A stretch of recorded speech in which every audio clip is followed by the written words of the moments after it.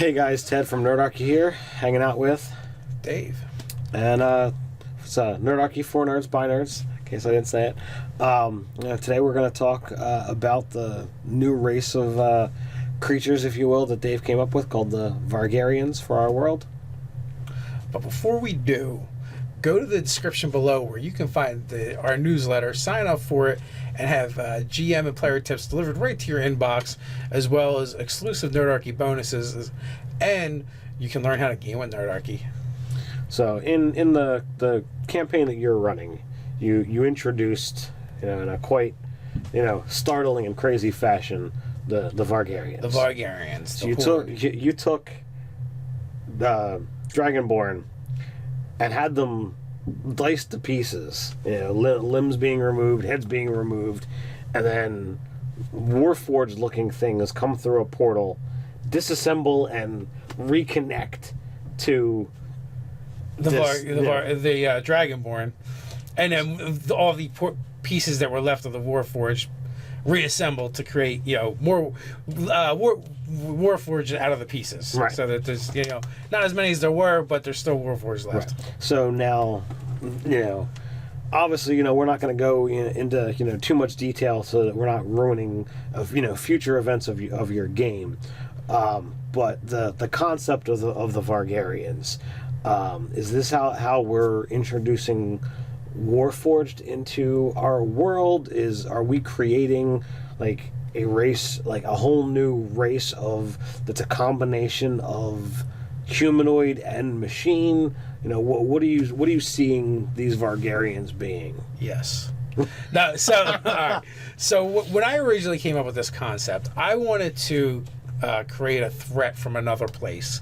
So in my game is very heavily revolving around other places, other worlds, and I one I introduced as more of a background, and this is where Dragonborn came from, and kind of just like a showpiece. Mm-hmm. But in this case, there's no portal to this place. This is just something bleeding through from another world, and I don't know why, but I part of me wants to do some Arcana punk stuff. Another part of the Star Trek nerd in me wanted to introduce like Borg into our world, and a while back I had this idea for this like arcane cyborg essentially, mm-hmm. right? So I'm like, well, how do we do that? And I also wanted to introduce Warforged into our world because I just like that race. Absolutely. I think it's one of the strongest things of Eberron. Yeah. But it's also one of the harder things to introduce into other games because it's so specific to Eberron. So how do you do it, right? So my thought was, what if there's this advanced race that actually creates another race as parts, right?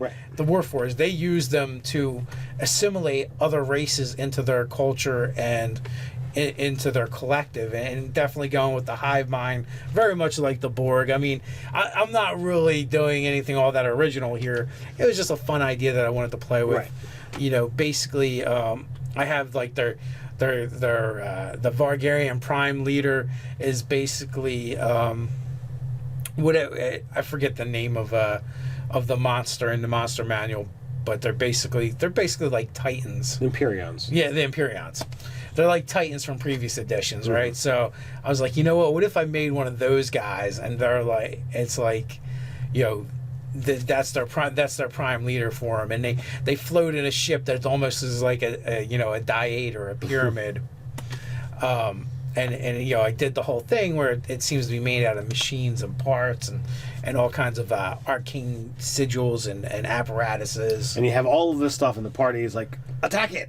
Yeah, pretty much. Like I would over the top to go, this is probably something you don't want to mess with. Like I introduced them by coming through a portal, blowing the top off of a mountain, creating this like huge giant like flying vessel. They witness a ritual that is beyond any kind of arcane power they've ever seen or even heard of. I introduced this monolithic type villain character, and basically, not only that, but you guys were hunting a larger force of bad guys per se, villains who seemed capable before, and these guys come along and squash them like they were nothing, and then turn them into the Vargarians, into their race. And you're right, the players are like, absolutely, we're going to attack it. I'm going to throw a harpoon with a rope so I can get on that ship and. Yeah. There are sometimes players just, players, not the characters, players fail an intelligence check. Yeah, absolutely. I mean, I thought I put everything out there to go, this is definitely, this is like narrative portion of the story where, it's going to foreshadow and lead to other things. Right. But, that was kind of, take them down. We got this. So, the Vargarians in our world, I can only imagine that this Empyrean Titan, whatever we're going to call him, is not going to be exclusive to just Griffin-Gaff. If he's looking to do something with this world, we could insert him in other places. And absolutely. And my mind is like, there's not one of them. It's like, that's the ruling class, right? So maybe there's only one here right now. And like, I'm going to start foreshadowing what they're actually trying to do in future games. And, so the idea is, too, I also want the opportunity to be like, maybe, the warforged work for these guys because they're constructed from them because it's all they ever known. Right. So, but what happens is the warforged start getting exposed to other ideas and other individuals. Or the thought of individuality. Yes.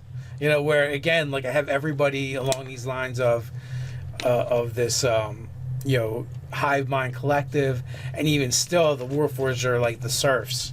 They're serfs or slaves or whatever you want to look at. I mean, heck, they get used for spare parts pretty much. Right. They're actually created and I don't want to say bred, but they're created for this purpose. Yeah, because basically going with the whole idea that magic is strong, flesh is weak. So ultimately, what this is, possibly going to be able to do long term for Chimes of Discordia or whatever we want to refer to it as, is you can have the race of warforged, but if enough things get enough story events happen that those who have been converted break from that hive mind, you can have the race of Vargarian, so that you've got these qualities, but visually you can look like, I used to belong to this race. Yeah, and that's the tricky part. We've discussed about this a little bit in the past. Is like,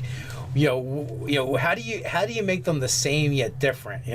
Because they're going to share all these qualities, but like, how do you need to differentiate between an elven Vargarian and a dragonborn Vargarian? Is it okay to just strip them down of all of the racial core abilities for them and replace them with, this is what a Vargarian gets? Well, I think there's a couple different ways to approach it. Number one, the easiest method is you say, you're a Vargarian, and this is the racial breakdown. And that method, I would say there really should be a pool of, you can choose, from here, you can choose menu items, that makes them varied. The other option that I see is more along the lines of another menu option of, you have these things that are Vargarian options, and you can choose to take, one of these in lieu of something from your base race.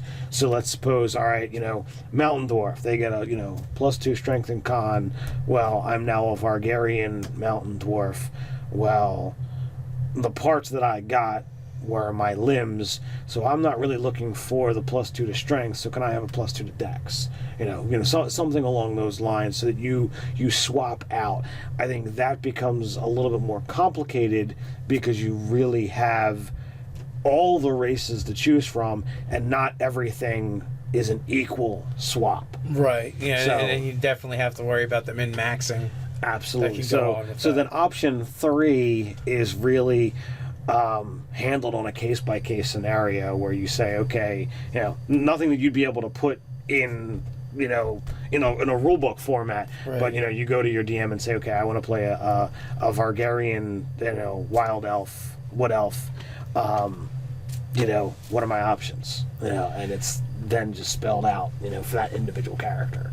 Yeah, I almost feel like the menu options are the best. I agree. That's where I would go, because going from that standpoint, you have a person who, regardless of what you build, oh well, I want dark vision. Well, okay, well you either get it racially, or your robot parts can figure it out. Yeah. So.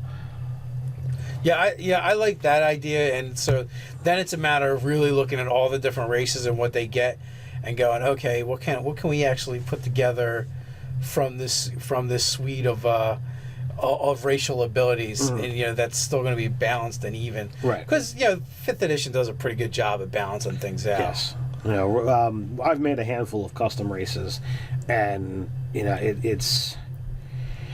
There's, for all of the things that are not like the 4 core races, it really seems that there's a series of things that they get. It's typically +2/+1, you get a skill, and 1 to 2 abilities.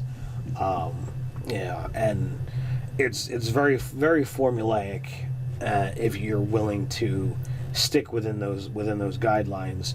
Now, when trying to come up with something that is as diverse as what the Vargarians are possible, it's going to be a lot of work when we actually sit down to make it happen. I think you almost have to start at like the half elf. Yeah. And then and kind of like branch out from there. So I don't know. What do you guys think? What do you think of this idea? Does it rub you the wrong way? Is it mixing a little too much sci-fi with fantasy? Does it make you angry that we're stealing so much from like Star Trek? Steal like a master rogue. Yeah. What are your take on things? Let us know in the comments below while you're at it. Like, share, and subscribe. Or you can head out to nerdarchy.com and check out all the awesome stuff over there. So until next time, stay nerdy.